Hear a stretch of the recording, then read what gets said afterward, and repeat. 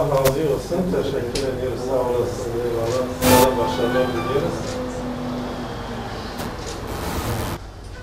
Yaklaşık 6 yıldır Hüdapar Bingöl İl Başkanlığı'nı yürütüyoruz.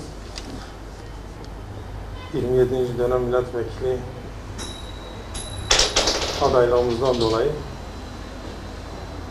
istifamızı vermiştik. Bu vesileyle partimizin il başkan vekilliğini Sayın Orhan Açıkbaş yürütüyordu.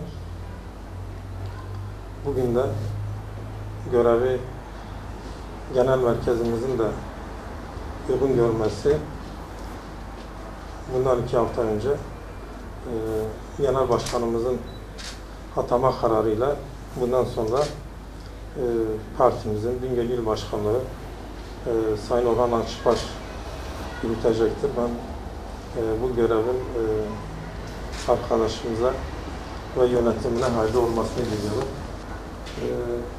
Tabii ki biz bu göreve gelirken bu tür görevler sorumluluk isteyen ve bu makamlar sorumluluk isteyen makamlardır. Bu makamların geçici olduğunu hepimiz biliyoruz. Bu makamlar hizmet amaçlıdır. Biz de inşallah yapabildiklerimiz oldu, yapamadıklarımız oldu. İnşallah yapamadıklarımızı üzerine yeni yönetimimiz ve başkanımız partimizi daha ileri bir aşamaya, daha iyi bir boyuta taşımış olurlar. Biz de bu çalışmaları, bundan sonraki çalışmalarında yanlarında olacağız. Bismillahirrahmanirrahim. Değerli arkadaşlar, öncelikle hepiniz hoş geldiniz. Sefalar getirdiniz.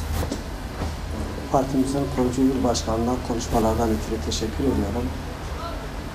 Partimizin kuruluşuna bugüne kadar beraber çalıştım. Kurucu il başkanımız Hamdullah Tasalı'ya hizmetlerinden dolayı teşekkür ediyorum. Bugün bu görev bizlere verildi. İnanıyorum ki her kardeşimiz bu görevi almaya hazırdır. Bizler bu göreve gelirken sürekli böyle bir sloganla geldik. Camianın, partimizin söylediği hiç ayrılmayacakmış gibi bizler davamıza hizmet etmek için bu görevi üstlenmiş bulunuyoruz. Ama yarın her an bırakacakmış gibi de hazırız. Tabii görevi bırakırken başkanın ifade ettiği gibi emekli mi olacağız? Hayır. Kenarı çekilip izleyecek miyiz? Hayır. Görevler, makamlar değişebilir. Bugün bu görev bizlere verildiyse yarın bir başka üyemize, bir başka kardeşimize de elbette verilecek. Biz de bu düsturla, bu şiarla inşallah bu görevi ondan sonra üstlenmiş bulunmaktayız. Bu şekilde devam edeceğiz. Tabii zorlu bir süreçten geçiyoruz. 7 Ekim kongremiz var inşallah. Gerek teşkilat içi, gerek yönetimle olsun, gerek kadın kolları, gençlik kollarımızla sıkı bir istişare ve ondan sonra dayanışma içinde inşallah olacağız.